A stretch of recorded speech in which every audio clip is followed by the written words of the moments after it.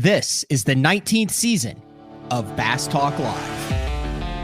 BTL is presented by Bass Cat Boats, Strike King Lures, Aftco, Pro Guide Batteries, X-Zone Lures, Shoreline Boat and RV Repair, Spro, Gamakatsu, Big Bite Baits, The Bass Tank, Denali Rods, Beatdown Outdoors, and Sunline. BTL coming at you. Good evening, and welcome to a special evening edition of BTL Bass Talk Live, where we are going to talk about bass fishing. If you listen to the Luke Palmer show today, I mentioned that Wednesday's guest was none other than Bassmaster Elite Series Pro Matty Wong, who spent some time in California, but also lives in Hawaii. And then it never crossed my mind that when I booked the show a couple weeks ago, he was like in the States, and then he went to Hawaii. And then I get a text from him today that's like, "Hey, dude, what time are we doing this show?" I said 8:30 a.m. We do it 8:30 a.m. every day, Monday, Tuesday, Wednesday, Thursday. And he's like, "Ooh, well, that's 3:30 a.m. in Hawaii, folks." So we did a little moving around. So it's now 3:30 p.m., 3:00 p.m. in Hawaii, but you don't have to get up in the middle of the night to do a fishing podcast. Matty Wong, welcome to BTL. Oh, thanks, Matt. I appreciate you letting me sleep. Yeah, what was that thought process when you, I mean, there had to be a, I cannot believe I agreed to do this moment that went through your head. Yeah, well, I was like, okay, yeah, that date works fine, because I know we were trying to figure out a date. And I was like, oh, no, yeah, that works great. And then I'm like, okay, I should probably prep up the rest of the schedule and see what time you were thinking. And then when you hit me with that, I was like, oh, bud. Yeah, Mark Edwards said it's Wong timing. That's what time we had to do it. Total Wong timing. But I mean, first things first, obviously Hawaii feels a world away from where we are in Oklahoma there. A lot of news in Hawaii with the fire that went on there. Like, where is your kind of relation to it? Friends, family affected by it? I mean, you're in Hawaii, but it's not, I understand it's an island chain. So how has that affected you? I mean, it's absolutely heartbreaking. I mean, it's a pretty devastating event that happened. So, I mean, I guess regardless of where you are in the island chain and the world, I guess your heart will go out to people that literally lost anything. And if you've ever lost a family member or lost, anything due to natural disaster, I think you can empathize with the people of Lahaina. So it was super difficult because, I mean, when the fire had happened, I was in Ohio. Being thousands of miles away, your hands are tied and you feel helpless. You want to be able to help and be there, but you can't really do anything. Yeah. So I had a couple close friends, their family, their direct families lost everything. One of my buddy's girlfriend, all of her cousins lost their homes. They're from Lahaina. One of the kayak guys that we fish with, his dad passed in the fire. And so it's pretty heavy, man. That's really why, heavy. I tried, every which way I could to just be able to get the word out to people about donating and whatnot, and I think a lot of people also, I think respectfully, were like, okay, I'm not going to travel to Hawaii right now, and I think that there was a little bit of a kind of a blurred line. Like, Hawaii is open; it's a place that thrives on tourism. That's our main source of economy. So all the rest of the islands are completely open. Maui's still open, but all I just ask of people and my friends and my fans is, like, if you're going to visit Maui, stay away from Lahaina, stay away from that side of the island, just to give people the space and the resources. But, come spend money, help Has to help keep it going. So is there anything that you have or that you're aware of that like a direct way to help in the fishing community Yeah, for any? for sure. I mean, for people that have the purpose to donate, whether it's $1 or if it's $100, one of my good friends who runs a local business in Hawaii that does like fish flags, which is kind of cool. For guys that go out in the ocean, or she'll even make some freshwater flags too, which is kind of neat. She started a GoFundMe that donates to Lahaina fishermen and the tour boat operators of Lahaina Harbor. Um, so my friend Christina Helene has set this up. So I'll send you I can send you the GoFundMe link, um, and they're just plugging away, trying to raise 50 grand basically to Mhm. help divvy up between all the people there. In Lahaina and all the people that uh, if you see photos of what the harbor actually looks like, it's just the entire harbor got absolutely decimated, and anyone that got lucky to be able to get their boats out in time, were spared. But there was only very very few people that were able to actually do that. So Yeah, send me the, that link and I'll throw it into the YouTube and iTunes description that would be awesome, man. after the show. Yeah, for sure. That would really really appreciate. I'd appreciate it, and the people of Lahaina would also appreciate it. So that's cool. I have some more, I guess, Hawaii news. So I opened up my Instagram the other day and I got a follow from the Hawaii High School Bass Fishing Club, Oh which I yeah. thought was like real, It- but no, it's like real guys and girls in Hawaii that are part of the official, and I'm assuming Mhm. largemouth and smallmouth bass club right there in So Hawaii. actually, Like, yeah. So the two islands, and this is a common question that I get yeah, all asked all the time is wait, there's bass in Hawaii, and if so, like what islands are they on? And yes, there's bass in Hawaii. I grew up on Oahu. We have largemouth, peacock bass, and smallmouth. So we have smallmouth in the streams, and then in the reservoir here, Lake Wilson, we have peacock bass and largemouth bass. And Lake Wilson's like my home body of water. That's where I grew up fishing, where I grew up and figured out how to throw a bait caster when I was, a little kid. And then those boys and girls are on the island of Kauai.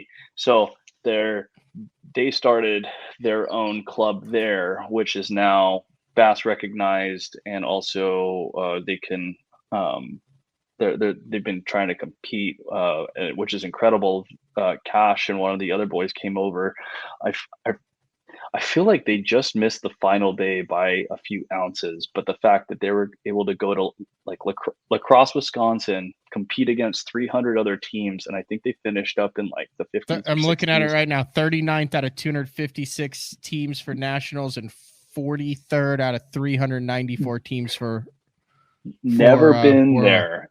Never been there. That my good friend in Wisconsin was able to reach out. I reached out to him, and I was able to get them a boat. And yeah, it's so awesome. That's the boys right there. Cash is actually rocking one of my custom hats. Um, and it's so neat, man. Because in Hawaii, you don't growing up fishing, you don't sport isn't a big your sport fishing isn't like a big thing. Yeah. Like you think of fishing, you think of sustenance, sustaining, and then also like harvesting for your family. Like what you did yesterday. Exactly what I did yesterday. We'll get into that later, but yeah. Yeah. Okay.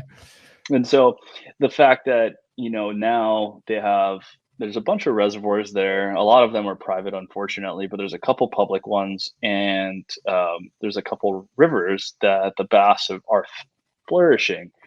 Really healthy populations. They feed up on a whole bunch of stuff, and it's super fun. And it's not like you have any like foul weather really. If it Mhm. rains, it's warm rain, and they'll eat topwater year round. And so it's really really fun. And I'm stoked that these kids finally banded together with the help of a few of the dads.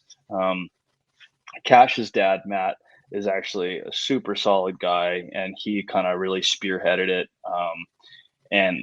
And help create their group, and to get the club off the ground, and it's been like a real active figure in trying to get these kids, off island to be able to compete with everything. So it's really cool. It's super inspiring, and I'm stoked that I can be a part of their. And they have their, to be their super crew. pumped to like have you to follow on the Elite Series.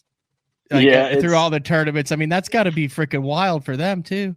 It's pretty neat, man. They send me messages and whatnot and cheer for me. So, I get all pumped out whenever I can. Yeah, and all it is on stoke them out. Instagram is just Hawaii High School Bass Fishing, all one word. If you guys, Yep, yeah, want to follow that, give them a follow. Yeah. They got 765 followers. We got to get that up to 1,000. Yeah, let's get it up to 1,000, man. Send them a message. Just send them, the support and the stoke, and they're so happy, man.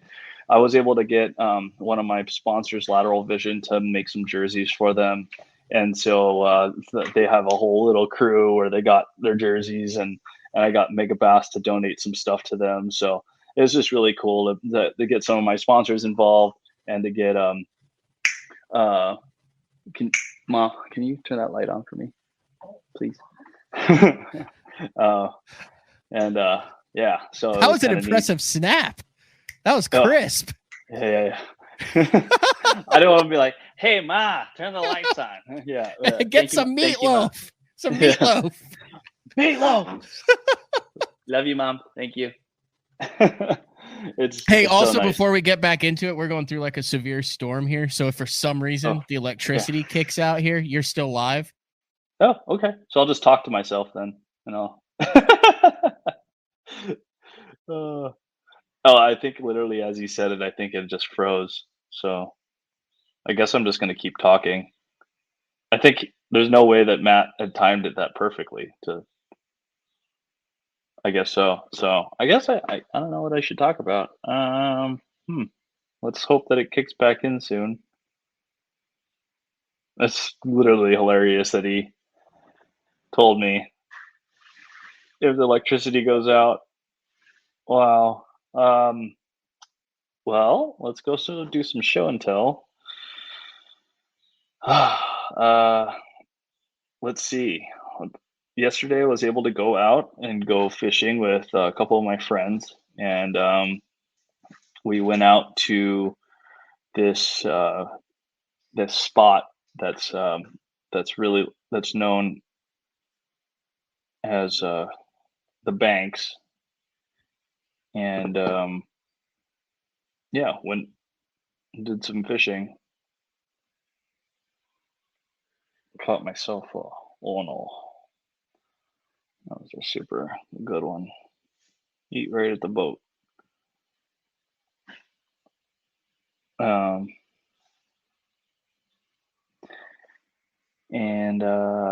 Yep.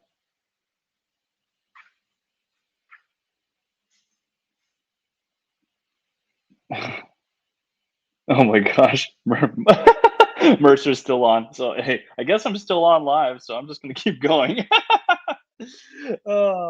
Yeah, who needs a host anyways, right? I guess I can host myself. So, what else did you guys catch? Well, funny that you may ask. Caught a bunch of mahi-mahi as well. And my girlfriend, Ollie, made it along. So we caught some mahis. That's the ono, other known as wahoo, and then that's the yellow spot, which is a papio. I actually landed that papio from 200 feet of water on 15-pound test, and I snagged it in the side with my bait rig, which I wasn't supposed to land that fish. That's pretty crazy. The hook was completely bent straight, and it was holding on literally by a bent barb.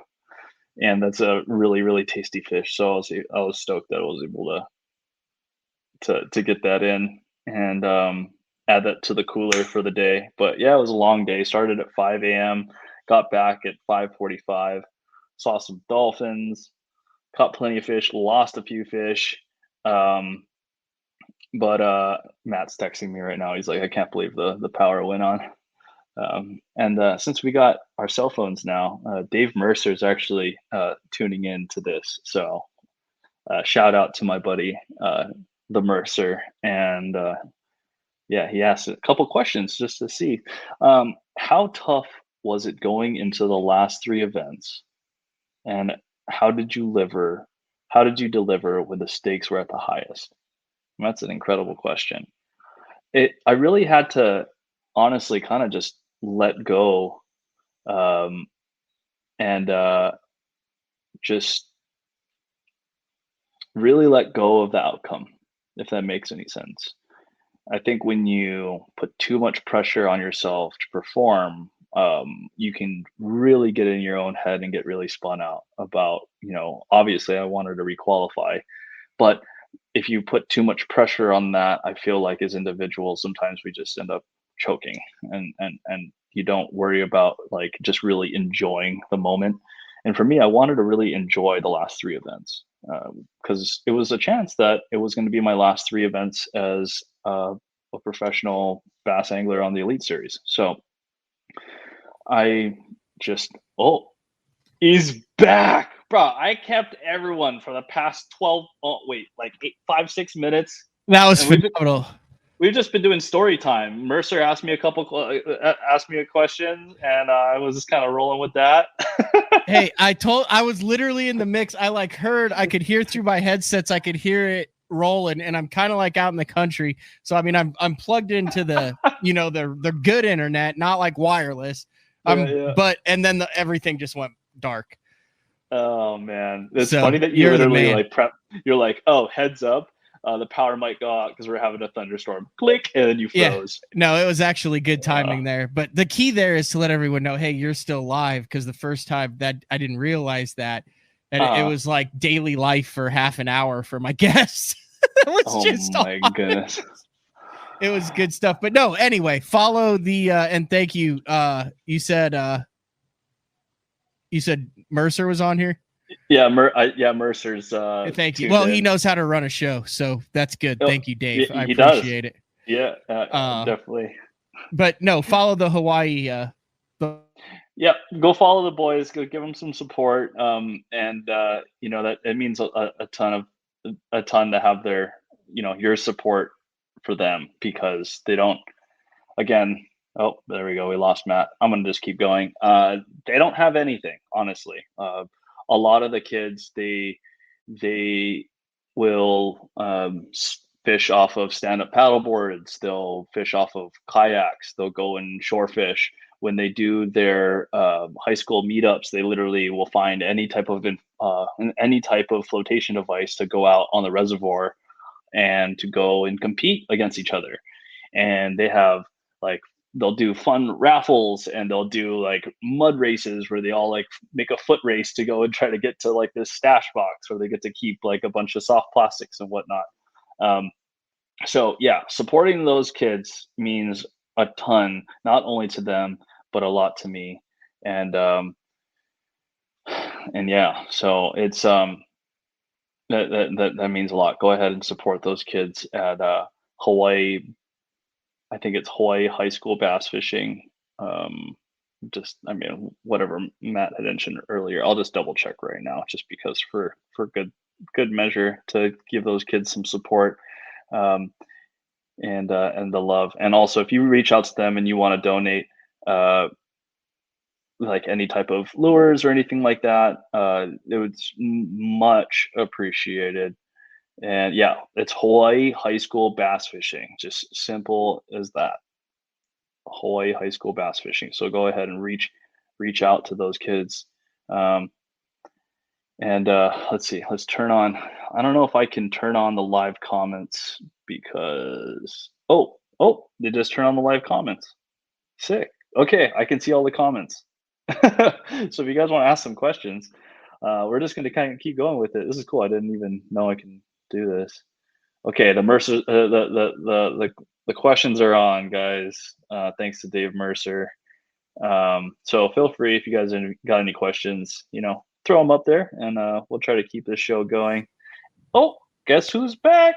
We'll try it one more time, just so people know there is definitely a severe thunderstorm warning going on currently. If it goes down one more, you could just log out. We'll reschedule you. We'll get you back on because we haven't even gotten into the good story yet.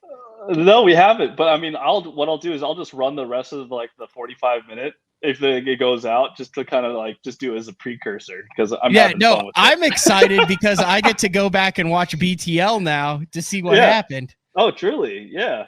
I get to see why people tune in. But what was Dave at? Okay, so Dave, just I mean, that's a great way to, because it was actually kind of a heavy question, and it was a legit great question that Dave had. He goes, how tough was it going into the last 3 events, and how did you deliver when the stakes were at the highest? Yeah. And so I was talking about how I had to let go of basically any type of like preconceived like outcome, what I wanted. Like obviously I wanted to requalify. I want to keep throwing the jersey on and doing it, but I had to ultimately be okay with that not being my route and just being able to like, okay, step away from it. I was an incredible ride of 2 years. I got to meet a bunch of incredible people, and now I have all these connections and all these newfound skills, these new skills fishing against everyone and learning all these different fisheries across the country. So I had to really just let go. That was the first thing, being okay with the outcome. And then the second thing that I really had to tell myself was just to have fun, because I noticed there was times during the first season and definitely some times during the second season where it was no longer fun to me. And I'll come out and I'll just be straight up honest with that.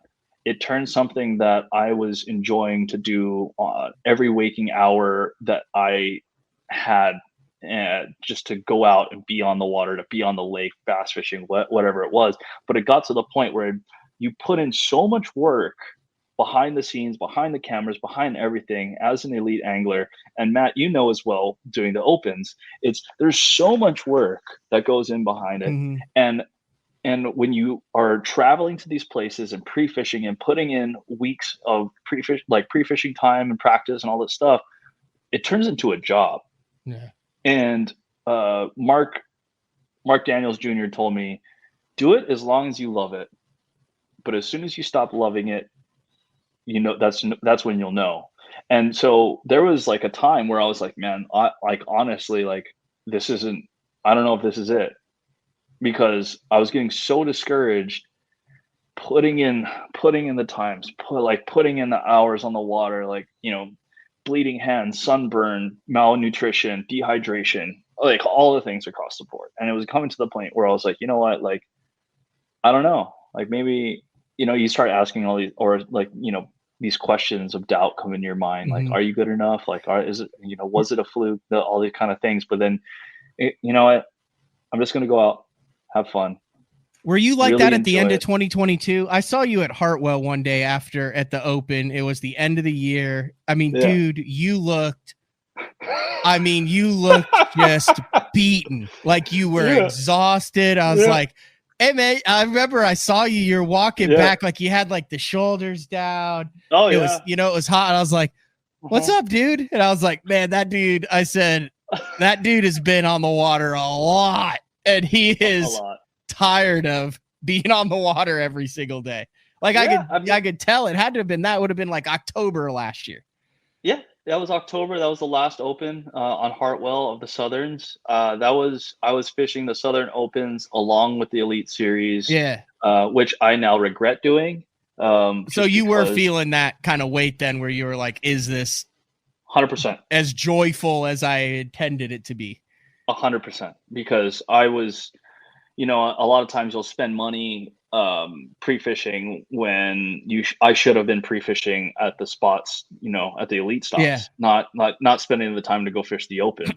But it was a lot of that. And on top of that, I mean, a lot of people, if you know, and if you don't, I don't have a place. Like I'm super grateful I get to come home and stay with my parents. And then when I go to California, I'll stay with my girlfriend there, but I don't have a place right now.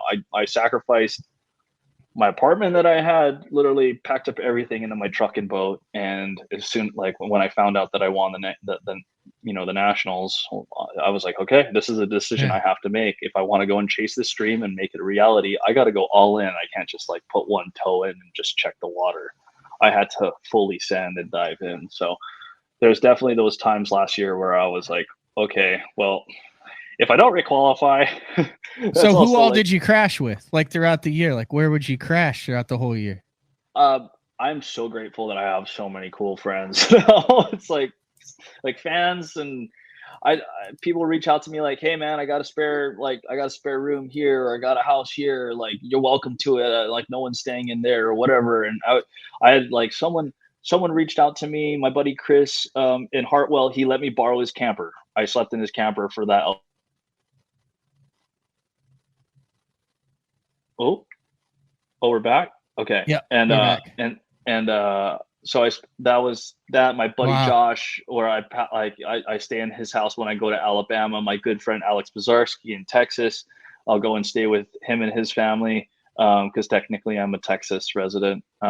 So like it's just yeah. So I have friends like my buddy John Kelly, who's also on tour with me up in PA. And then I have friends down in Florida. And it's funny because it's not all from bass fishing per se. It's just like some of them are from my prior connections to the photo industry, some of my prior connections through film, and then through music and all kinds of stuff. So it's just really cool to have like this compilation of incredible people in my life that are so giving and want to see me succeed and support me, and it means the world because without it, it would be even more miserable because I half the time I sleep on an air mattress. So, there's when some guys are like, "Bro, you live in the dream." I'm like, "Yes, but you get to sleep in your own bed at night." So, I mean, the dream doesn't happen without sacrifices, and I think that this is an important moment in my life that I will sacrifice sleeping in my own bed to be able to chase this dream for again as long as it's fun and as long as I can stay on tour too, because these guys are incredibly talented and it's pretty nuts and extremely competitive. I mean, to me, it seems like you get another chapter almost, like what you Yeah, did yeah, at the St. Lawrence. Like you've done a bunch of eclectic things. I don't want to say like happy go lucky, but you're extremely a positive dude who seems to look at things differently than a lot of other guys. And this is like, hey, I get to write another chapter in the professional fishing book. yeah. Yeah, no, for sure. And I think the last 6 months I've learned how to play this game a little bit better. I think unlike fishing the opens, unlike fishing your weekend club derby or a Wednesday nighter, you travel with the same group of people throughout the entire year. Two, people talk, and you have that layer of it amongst your colleagues, if you will, or people in the brotherhood, and then you have um, and then you have the competition level, and where you're forced into learning new things you're forced into learning new techniques and doing certain things. Like last year, like I love catching smallmouth. It's something that I really enjoy doing. It's something that I thought I was pretty good at, qualifying Yeah. for the nationals at Havasu, like leading day one and like ending up going to nationals through that tournament. um, I taught myself a whole different way to do it, and I applied that the last two tournaments um, on Champlain and St. Lawrence, and so uh, it's trying to be like malleable and staying like Bruce Lee, be water, my friend. You know, like water can flow, water Yeah. can crash. Like not like be when there's a rock in the river, the water just goes around the rock. So you wanna you wanna just be able to flow with it and then learn and grow. So Sabine was a very interesting lesson for me. Was that if you give someone a mile, they'll ask for five, and depending on the individual, you have to be like or I don't know if that's the right terminology, but like you gotta learn how to stand your ground. And there's certain times where you have to obviously it's a tight knit of Right. people, but there's times where you have to like put your foot down and be like, no, bro, I'm fishing this. I And gotcha. and so there's a lot of things that I've had to learn over this past couple of years on how to deal with fishing egos. Like I was pretty good at dealing with egos in Hollywood, but then you deal with like a whole other like group of of egos in the fishing space. And so how do you maneuver around that? How do you deal with all of that?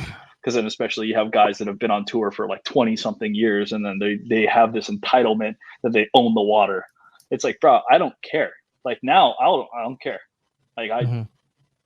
watch my last YouTube. I'm not going to drop any names on this, but go ahead and watch my last YouTube. And that was a perfect example where I'm like, you know what?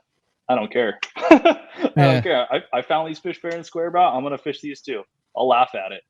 And if you want to, like, you have an issue with me, come to me directly as a man and we'll talk about it. But otherwise, bro, if I'm not breaking any rules, eat rocks. And unfortunately, that's how you got to be. I've had multiple people tell me on the inside, they're like, bro, you're just too nice. Mm-hmm. And then I watched it happen during Sabine, which might have costed me the win there. Really? So yeah, 100%. But dude, I mean, you had what at that point in your career, you had like $50,000 of earnings. You're going into it on your second year. Like that was probably big just for like surviving. Oh yeah. Financially. Yeah, that's what I mean. Like money wise, yeah. like, I mean, dude, you've got a shot at it and you're looking at it. And I know you want to do it and make this, but like, I mean, I've been in that position for a $3,000 check before in the past. Like you're sitting there going, holy cow, we're talking 100,000. We're talking 40,000. We're talking 30,000, 20,000 for each spot. Like, yeah. And you're living on blow up mattresses and buddies campers. Like that's like, that's not just like, hey, I'm standing up for myself on the water. That's like real life right there. Yeah. Well, and I'm also the type of person too, that if someone's going to like go out of their way to like be like that much of a dick or something, like it means that much to them to like, to win.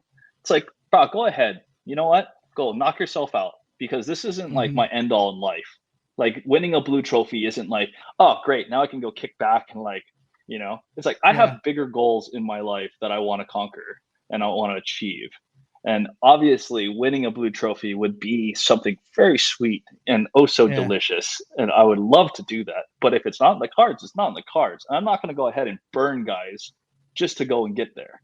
Like that's not the individual who I am. But if it's something that I found fair and square, and there's something that we can okay, we're gonna work together. We're not gonna work together. I also grew up in lineups where if you weren't respectful of other people, you're gonna get slapped. And so I'm extremely positive, and I'm a very, very friendly person. But if you cross me, then we have issues, and I give everyone the same amount of respect when I first meet them until they lose it from me. So I don't like, and that's just who I am. I'll give you respect. And obviously I have closer friends that have earned more and more respect throughout the years. And those are the people that I hold near and dear to me. But when it comes to meeting new people or whatever, it's like, bro, until you cross me, then we have no issues. But as soon as that happens, you're cut from my life. Yeah. And I don't know if that is like where, you know, growing up on a small island, that's kind of the way that you have to protect yourself. But I mean, now I'm seeing it on tour. There's people that will try to push. And if you don't know how to stand your ground, then they'll just walk. But I mean, just talking to other anglers too, I know that you've garnered tremendous respect over your couple years on tour from them. And there's a bunch that have mad respect for you, you know, both on and off the water too. That means a lot, you know, because I don't know. I always try to hold myself to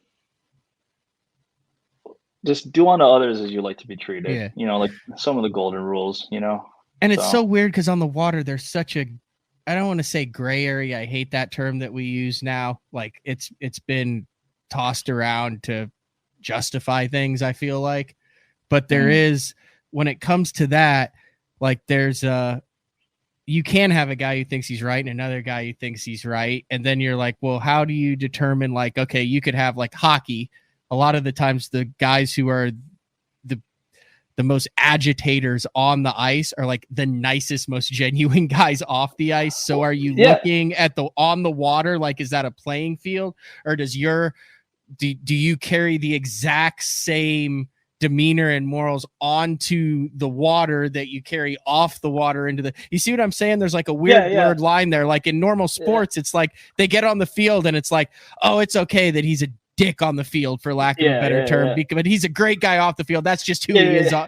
But you do it on the water, and whatever happens on the water seems to carry off, and vice versa. Do you feel like that too? Like and I don't know how to justify that. Yeah, no, I mean, that's a great question. I think that we participate in a sport that's like no other, where you have one, the playing field isn't always even. Mm-hmm. Two, you have people that are you have cliques and you have relationships that almost you have to play your cards right, because let's say if you burn the wrong people, they'll never forget it, and then it all comes around eventually. Yeah. And so it's like you have to, like, again, and I just kind of go back to the rule of like, bro, I just want to be treated the way that I put out there. Like, treat people the way that you'd like to be treated. Boom. It was funny.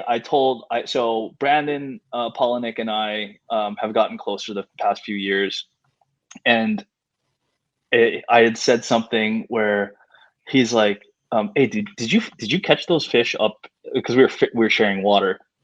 He's like, "Did you catch those fish up there?" And I'm like, "Bro, I wanted to tell you that I did so bad just to like mess with your head. Let you mess with you just so you would stay in there the whole day." And he's like, I'm like, would you been pissed? And he's like, no, I would have got it. Like, I'm like, and in my head, it that doesn't sit right with me, mm-hmm. because if I consider someone a friend, I would never do that to a friend. Yeah. And I would never mislead someone. And so, I think morally it doesn't sit right with me to misguide guys. I just like, we'll just be quiet, be like, oh yeah, no, it just wasn't. Yeah, I caught him in the lake. But it's definitely, some guys are really good at like turning out like, oh, that was on the water. Da, da, da. I'm like, no, dude, if you buzz me on the water, then come talk to me on land, because we still have an issue, because I wouldn't be buzzing you on the water. And I'm also the guy that's going to throw a shaka and wave at everyone on the water, regardless if they wave back or not. And so like, that's also something that is in my roots growing up, that the community is too small not to wave and say hi to people. And regardless of what kind of boat that you're in or what type of flotation device you're fishing out of, you're still on the water, you're still sharing the space. And so just be kind to people, man. There's too many dicks in the world. That's a gem right there. That's good stuff. Yeah. Jeffries, who ran this podcast for 18 years before I kind of took it over, his thing was, I was struggling with that. I'll tell you, it was like 2013, and I was fishing BFLs against guys that I thought were like Sean Goodwin and legends and stuff like that. And I'm like, mm-hmm. Well, how do I know if I'm getting too close to him and all that? Mm. And he's like, dude, he goes, there's a real easy way to get around this. He goes, if it crosses your mind, or you have to do anything to justify your actions on the water, if it crosses your mind that it might be wrong, it is. Yep. He goes, don't do it. He goes, but if you are 100% sure that what you are doing is right, he goes, you never back down. No. He said, that's super simple like that. If you have to go, I don't think I'm too close to that guy, that's that's enough docks. Or if you have to look at your co-angler and go, you think that's far enough or something? It's not. Yeah, don't you're do already it. in the if wrong. You have to justify it, you're in the wrong and you know it. He goes, and he goes, if someone comes in and you're 100% right, he goes, you freaking fight tooth and nail to the freaking end with that dude. He goes, and that way you'll always be respected, and you might be wrong, but you'll be respected for standing by what you believe is the right thing. 100%. And a lot of times it's the optics, right, of the situation. Mm-hmm. And where two parties might feel like you were saying earlier, like two parties might feel they're right. But then when you actually take a step back and try to decipher all the little pieces that lead into it, all the premises, everything, and then you're like, oh, dang, I was wrong. or like, Yeah. but the thing that kills me though is when someone's wrong and they don't have the balls to come and apologize to your face. Like that's what kills me. And that's where I lose respect for people, because I'm like, bro, it takes a man to be wrong and then to go to someone and be like, hey, bro, I was wrong. And I owe you an apology, just straight up. Mm-hmm. And so I think it was my first year or something like that. It was Pickwick day one. I made a run. I had 4-pounders on this one spot. They were biting. I made the run too late. Jacob Fouts was on there just whacking them, and he had like 18 pounds by like 10 o'clock. I was like, sick, thanks, Fouts.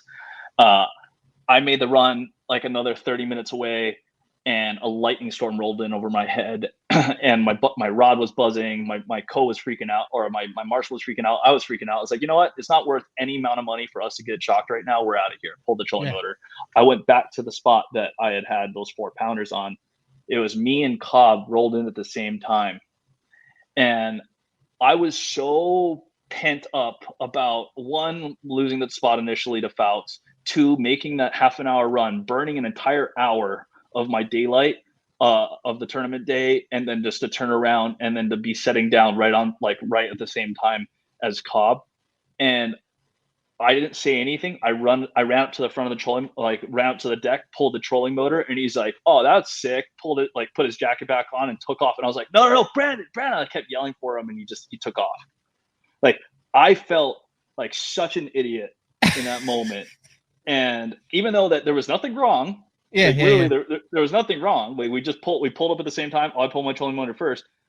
In retrospect, looking back on it, and as soon as it happened, I instantly felt guilt. And so I was like, I need to get Brandon's number. And so I think I asked Carl, I'm like, Carl, do you have Cobb's number? And he's like, yeah, sure. I called him right after that event, and I was like, dude, this is what went down. This is, this is why I was acting like this. I am genuinely sorry. And that's not who I am. And I just wanted to apologize to you. And he's like, yeah, man, you should have handled it like this and this and this. And I'm like, you're 100% right, bro. And ever since then, boom, me and Cobb are still boys.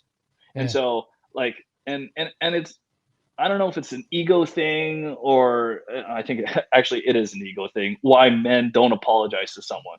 Because it's just like, oh, no, I can't ever be wrong.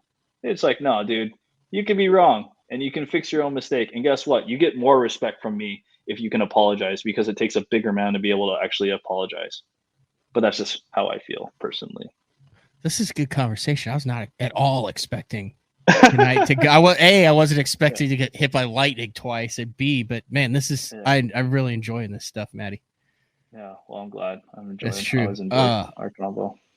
I do want to talk about, and you might have done this during the 5 minutes that were off, but I wanted to talk a little bit about, I had Gleason on and talked about, he had the 3 years and he's no longer on the Elite Series. And we've talked a little bit about the backstory and kind of your mentality of how, it's not the end of the world and the Blue Trophy, but I mean, you went into, what place were you in the Angler of the Year going into the St. Lawrence River? 79? You were on the out, you were way out. And it was, I kind of saved my turn, saved my year by my second bag on day 2 of St. Clair, where I came in with 19. To finish 74th. To finish 74th, beat Zaldane by 1 spot for a baby check. And because the top 74 get paid $2,500. Yeah. Beat him by a couple ounces just to grab that little baby check. That's okay. He's got Bass Pro money. He's doing just fine. Yeah. No, Chris is killing it. But I was just like, all right, sick. Snuck in there, didn't completely bomb. Was able to kind of save that, and then going into it, I think I was in 84th there. 84th going into Champlain. After day 1, I was in 71st because I was in top 5. And then day 2 kind of stayed up there. And then day 3 lost all my fish, weighed in 12 pounds. And then I dropped from 71st to 79th in the Angler of the Year points. in the AO. And this was the first year. I got to give Bass credit. Before, it's been very muddled. Guys are backstage. They have no idea whether they're in or they're out or what the hell they have to do. Mm-hmm. It's stress-inducing. They probably took 8 years off Carl's life over the past couple years. Oh my God. Yeah, without a doubt, dude. Yeah. Carl's But that being said, Bass said, hey, you finish in the top 70, you're rolling on to 2024, which was awesome because for a guy like you knew exactly what you had in front of you. 100%. It was black and white. It was very clear, and it's extremely hard to move up in points as everyone else is gaining points around you. Mm-hmm. And you need people to like bomb, and you need other people, so it's an interesting, I'm horrible at it. Like Polinick was like, yo, dude, you need this and this and this, and so needs to do this and this and this. And then I knew he was a liar. Last year, he claimed he never looked at any points and he's never done any math in his entire life. And now he's telling you what you need to do to finish in the top 70. That guy's running numbers every single night in his camper. Don't let anyone tell you any different. I think, thank you. That was the validation I needed. I think the truth behind him not watching it for himself is probably valid, but when it comes to everyone else, maybe. But I mean, he's a smart guy. He was able to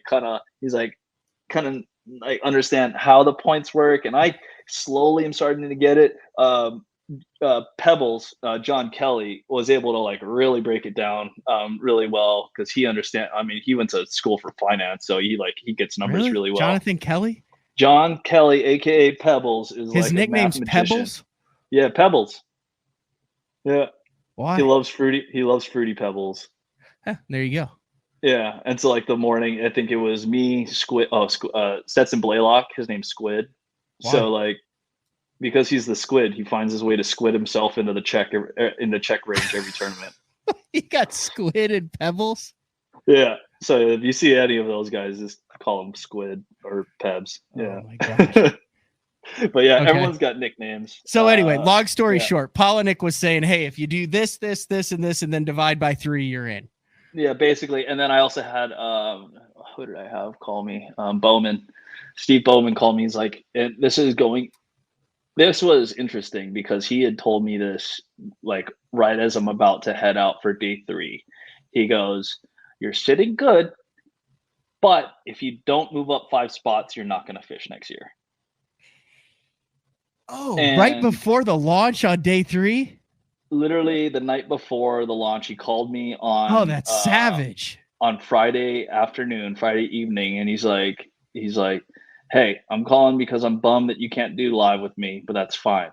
But I need you to beat 5 guys tomorrow. I'm like, what? Did you want to know that? No, honestly, but I had him, and I also had Lochran tell me that too. And I was like, dude, are you trying to get my head right now? Because it's working. And he's a lawyer, so. Yeah, and he's also super. So he had a finance accountant, a 2-time Angler of the Year, the guy who is in the Bass Fishing Hall of Fame for starting ESPN Outdoors, and Lochran telling you. And Lochran telling me, like, you have to basically can't fall off to stay on tour. And I'm like, guys, I'm supposed to be like staying like in my head, like, oh, I'm just gonna just have fun the rest of the like the last 2, and then I got these guys telling me this stuff, and I'm like, oh boy, all right, let's just stick to the game plan and just go out and just. What was the game plan? Happens. Well, I had found, honestly, like, were you comfortable with the game plan? Oh no, Oh no! If I would have told you that I would have top 10 after my 2 days, so we had 2 days of practice. If you guys didn't know, versus 3. At day 1, I caught like 19 pounds. Day 2, which wasn't good.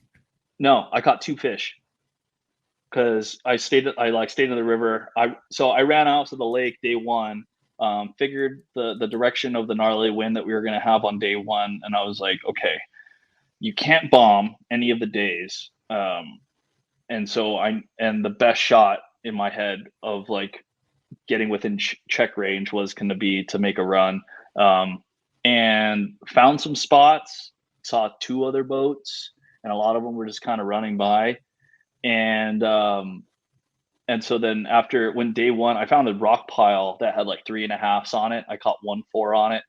And I'm like, okay, there's fish down here. I Yeah. found like a nice little school, and they didn't leave. And I'm like, well, okay, those are there. Found another little spot. Those are there. Found an isolated boulder, caught a 5 off of it. And I'm like, there Okay. was another good one with it. And I was like, all right, well, I know that's another probably 5-pounder. And so, well, let's just see what happens.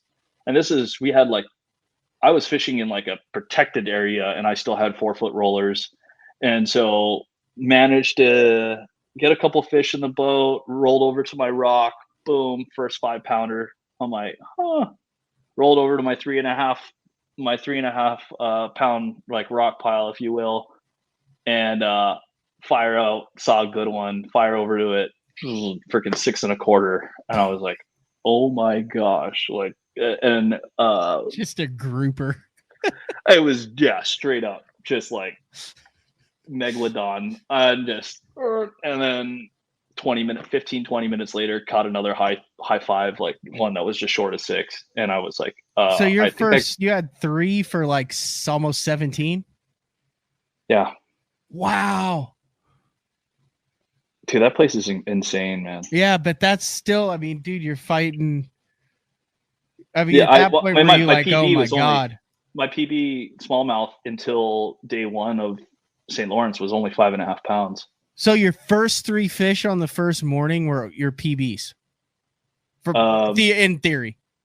Somewhat close. It makes it good. Don't let the facts get in the way of a good story, Matty. Yeah. Somewhat close. But yeah, for sure. I mean, definitely 2 of them were. I was like, when I got my hands around the 6, I was I was so elated, bro. I was like, when the thing came up, I was like, because it jumped, and I was like, oh, it's a good one. Like I was like, oh, it's got to be like a 5 something. Like it's not gonna be. And then like when it came up boat side, and I played her out pretty good, so she wasn't super green. And when I scooped it, I was like, I was by myself too, and talk about just having fun. Mm-hmm. I was locked in. I'm like, oh, I'm having fun. All right, time to go pre-fish, time to go practice. And so I started running around. I extended my stretch a little bit more. Boom, another 6-pounder. I was like, okay, we got 24 pounds. Ran around some more, called up one more time, had 25-10 day one. And golly. And you were in the top 10 after day one. Yep, I was tied with Mr. Welcher. Congratulations on the AOY. I was tied with him for 5th, so they bumped me into 6th place. And then because of the whole title race with him and Cobb, I didn't get a camera. So that's why were you glad that you didn't get a camera? In a way, yeah, totally.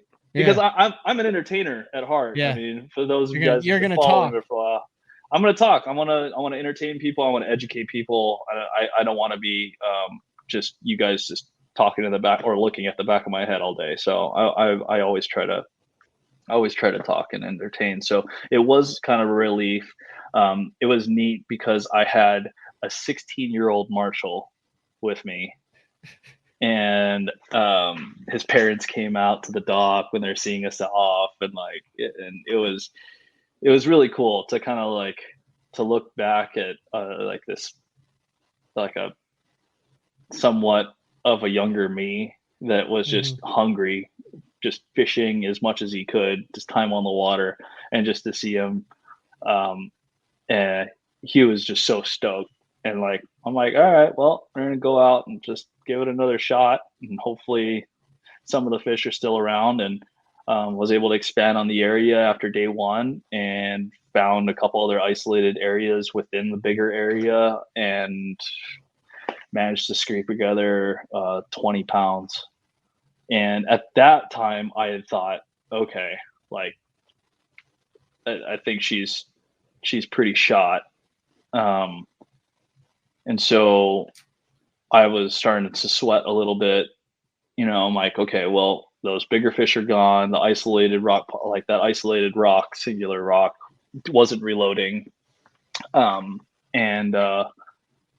And so then when Bowman called me at the end of day 2 going into day 3, I was like, okay, all right, I know I made the cut, but I can't move down at all.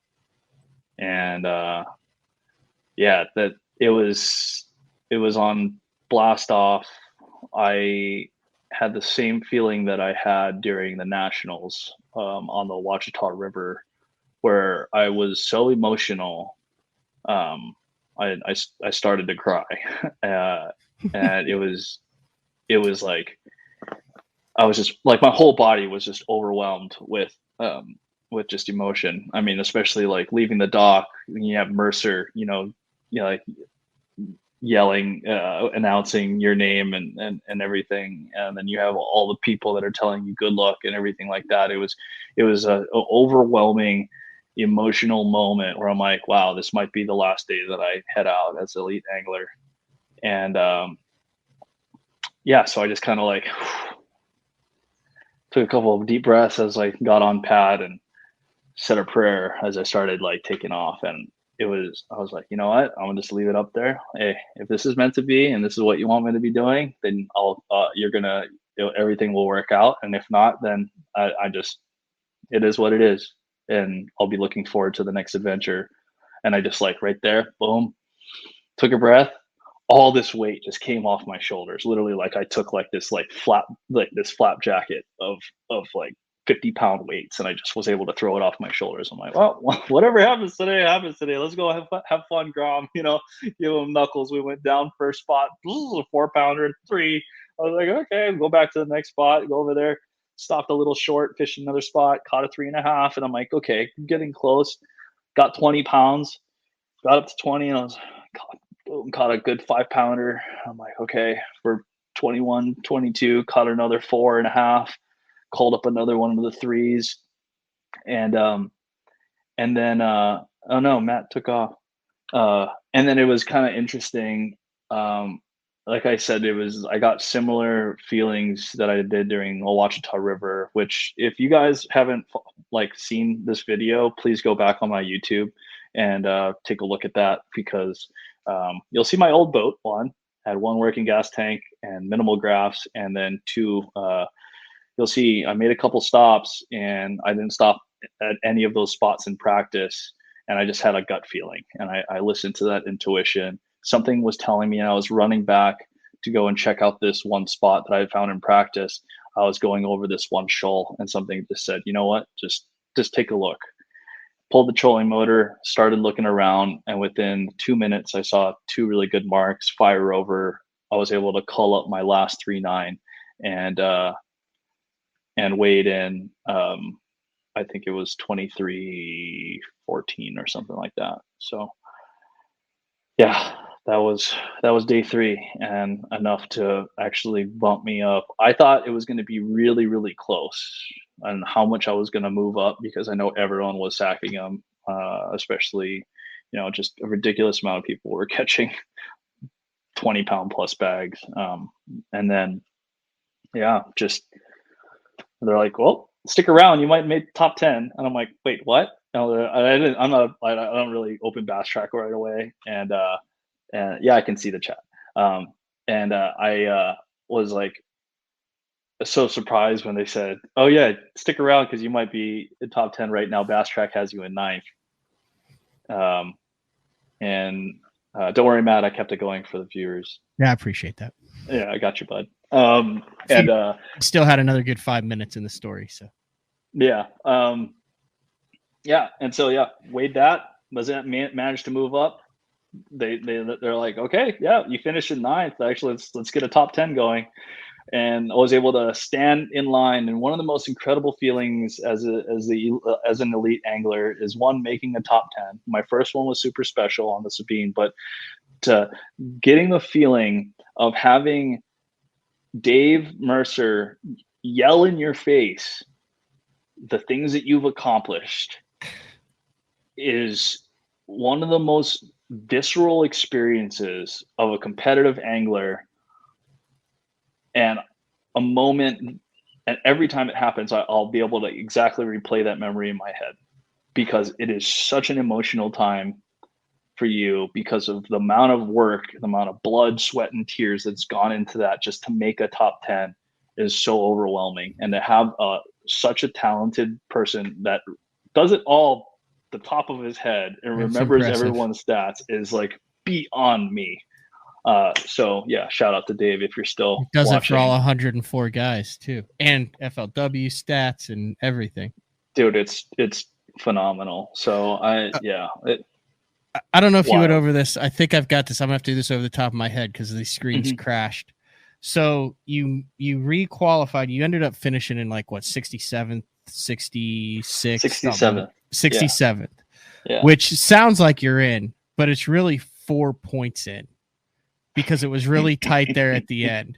You finished in 9th. You were 9th after, I think, the third day. Literally 1 pound was 15th place. So if you just do the math real quick, that 10, 11, 12, 13, 14, 15, like 1 pound less. If one of those 6s is a 5 or a 5 is a 4, or one, it's crazy how you spend so much money and so much time and come so far and qualify for so many things, and then it comes down to such and this is the same conversation, and this is what's weird in my head as talking to. I had this conversation on the other side of the coin with Gleason yesterday, 2 days ago, as a guy who's like, dude, I mean, he did the exact same work. He spent 10 years trying to get there. He goes to scoop one and it comes off in his hands. Costs him a pound, costs him. You have it. It's such, life is weird like that, isn't it? It is, man. And I'm not like, I don't know, man. Like I took enough religion courses in college to like basically minor in religion. But I still have faith. And it's those it's undescribable.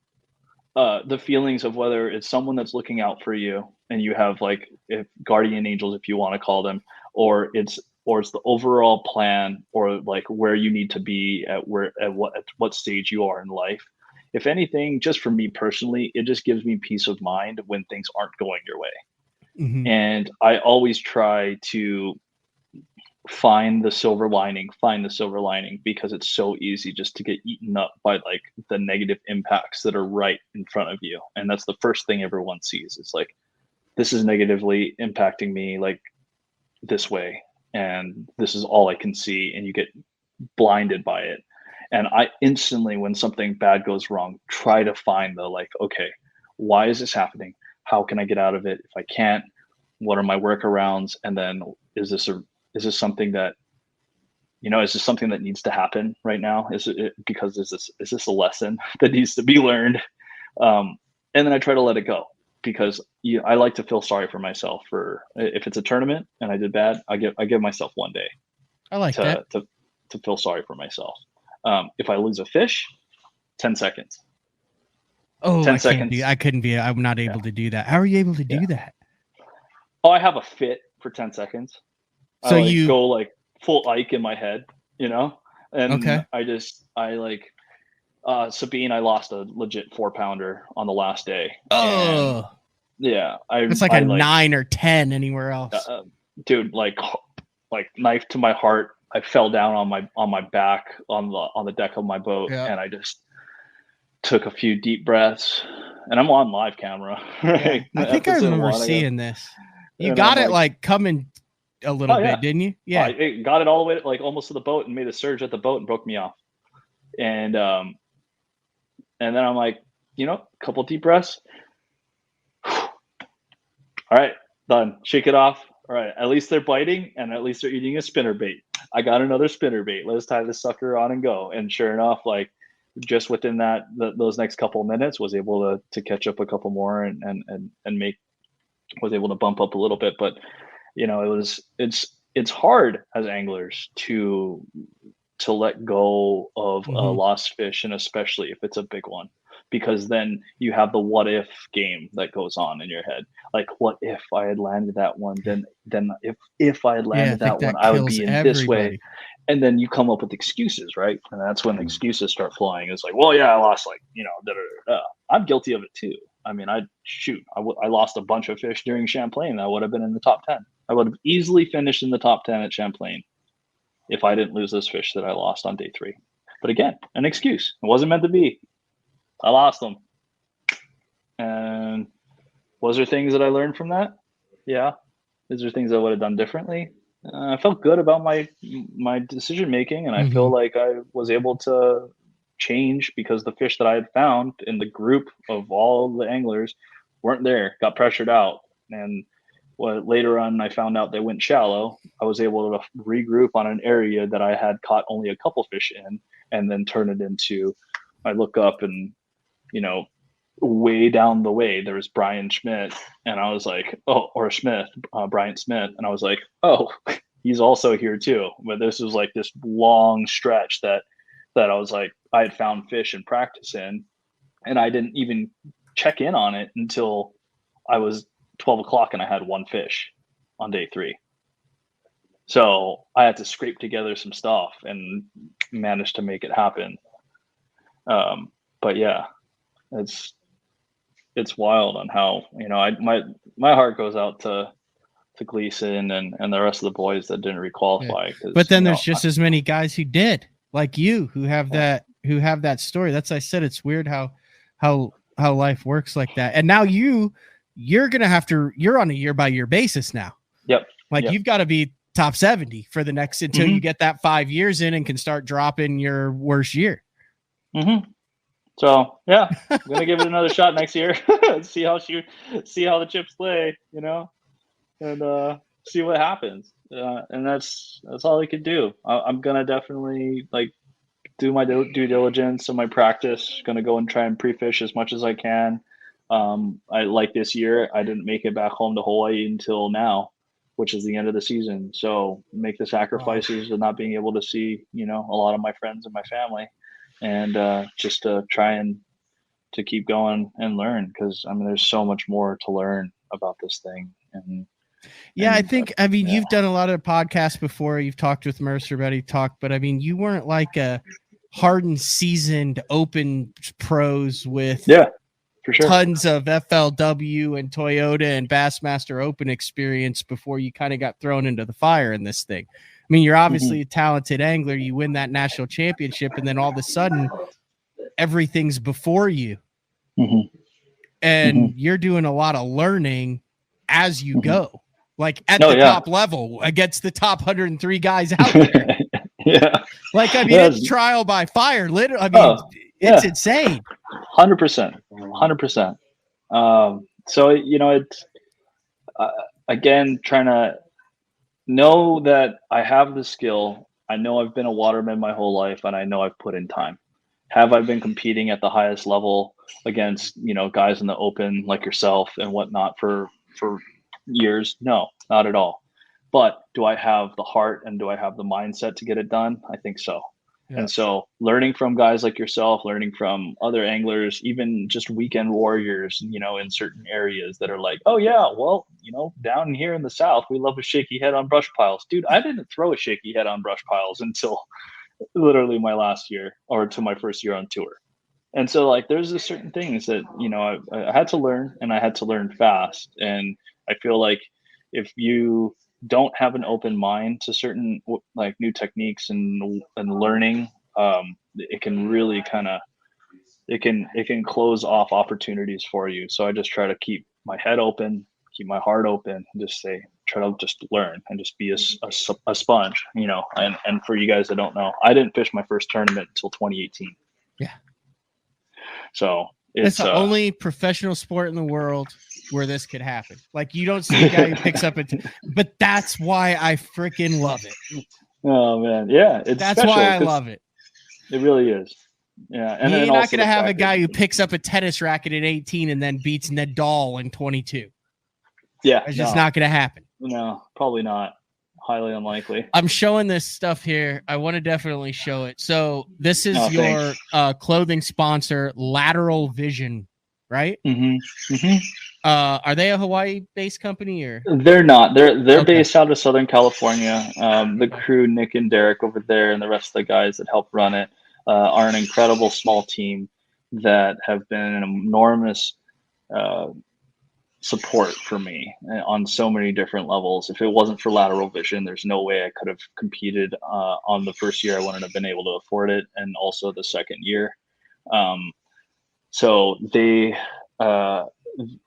have been ever so kind to help me with this capsule, a lot of which I've helped co-design, and all of the proceeds go to help supporting me. So it's not like they're making a profit off of Oh wow, that's my fantastic of them. my fans that are going on and buying my merch. It's literally they cover their expense, and then they they give the profit to me. So if you guys want to go on and take a look at that, it's lateralvisionbrand.com, and thanks for having that pulled up. Yeah, it's And really cool. There's a lot of cool designs here. Lateral, Lateral, Vision, Vision, Brand, Brand, lateralvisionbrand.com. And then when you just Yep. click under the new collections, there's the Matty Wong collection right there. And it's got Yep. everything. Yeah, and then there's also we're working on. I want to get like a spicy meatball one up and going. I think a lot of people enjoyed that during the last two events, and so I'm gonna make a shirt that says that, and it's gonna be like a fun animated deal, just like the rest of the fun stuff that they do over at Lateral. So yeah, if you guys can go ahead, if you pick up something, take a photo, take a selfie, tag me, I'll repost it, and it means a lot to have your support. Well, Matty, the stream has kind of been like your first 2 years, a little bumpy, but we pulled through in the end. I greatly appreciate it. I'm sorry, man. There's nothing I could do about that. I need to have like a generator that kicks in or something like that. But thank you for keeping the show going. Thanks, Mercer, for also jumping on and helping out a little bit like that. But I knew I knew I definitely wanted to have you on. There's a lot of people that were pulling a lot of times. And you say, did you see that Matty made it? A lot of guys that were really happy to have you around for another year, and then people that were really happy to be able to watch you for another year too. There with some of the, a lot of the live camera and live stuff that you had. You developed a strong fan base, which is awesome because that gives you. I mean, that's just the whole. It's amazing what can happen in a couple days of fishing. Is what it comes down to. It's so humbling, and I always enjoy talking with you, and so thank you for having me on. And whenever I feel like I can talk with a like-minded individual and to be able to share story, and then also to be able to answer questions and be able to kind of in a way indirectly talk to your listeners and your supporters and your viewers, and the synergy of like-minded good anglers all come together. And so it's always my pleasure and extremely humbled by it. So, and I didn't get you up at 3 a.m. So it's a win. Thank you it's for a also win-win situation. Because I'm finally getting some sleep. Yeah. When are you coming back? Do you know that yet, or? I do not know when I'm going to be coming back yet. I'll be back in California in October for a few weeks. Okay. And then you fishing the U.S. Open? I don't want to say yet. Okay, sorry. I wanna make that happen. I haven't even reached out to Juan Bass yet. But you're not in it. Okay, I see what you're saying there. You're gonna have to pull some strings, so to speak. Yeah, I might have to ask a couple favors, but I want to try to. It would be cool. I don't have my truck's in Ohio, so I would have to get a vehicle to tow a boat. But that would actually be a great event because I love supporting all my West Coast guys and just to be out there to help encourage them and also take their money if I need to. But not joking. You pull a Bertrand to just do a bass cap boat and $100,000 just going into the next season. Bertrand's such a good dude, man. He's an all-timer when it comes to genuinely nice anglers in the fishing industry. Oh, for sure. Good dude. I saw him real quick. I saw him, like the first time I saw him, I was intimidated because I'm like, dude, that's Josh Bertrand. And we were fishing. It was got the little Seamus look going on. Yeah. That's a Seamus. And he was just so cool. What's up, man? Like like instant, like greeted with a smile and like and a hi. And then he's like, yeah, I totally remember you from like back in the day when you were fishing Havasu. And I was like, dude, that's so cool, man. And then ever since, so like he's the man. So yeah, hopefully he doesn't He's been the exact same from the first day I met him up until now. The only difference is, like 4 years in, we were hanging out and he said a curse word, and I was like, "Wait, whoa!" It wasn't even a bad one, but it was like it took 4 years for him to get comfortable. Oh my gosh, that's how good of a dude that Josh is.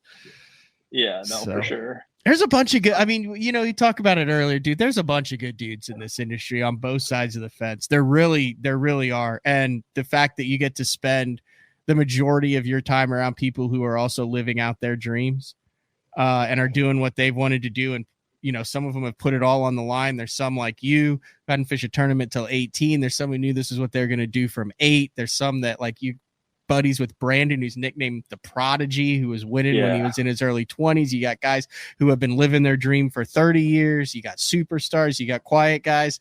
When you really look at it, you look at a whole, it's a really cool industry to be a part of.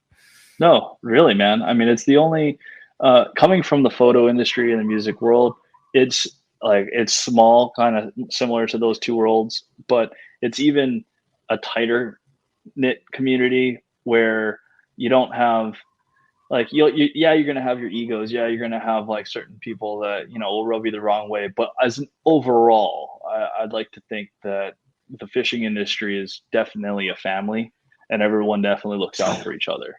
And I also like to throw this out there too for anyone who ever has any questions, anyone who's like questions on sponsorships, on certain techniques or anything like that, and you think that I may offer like a piece of advice, just feel free, reach out to me, and I'll try to do whatever I can.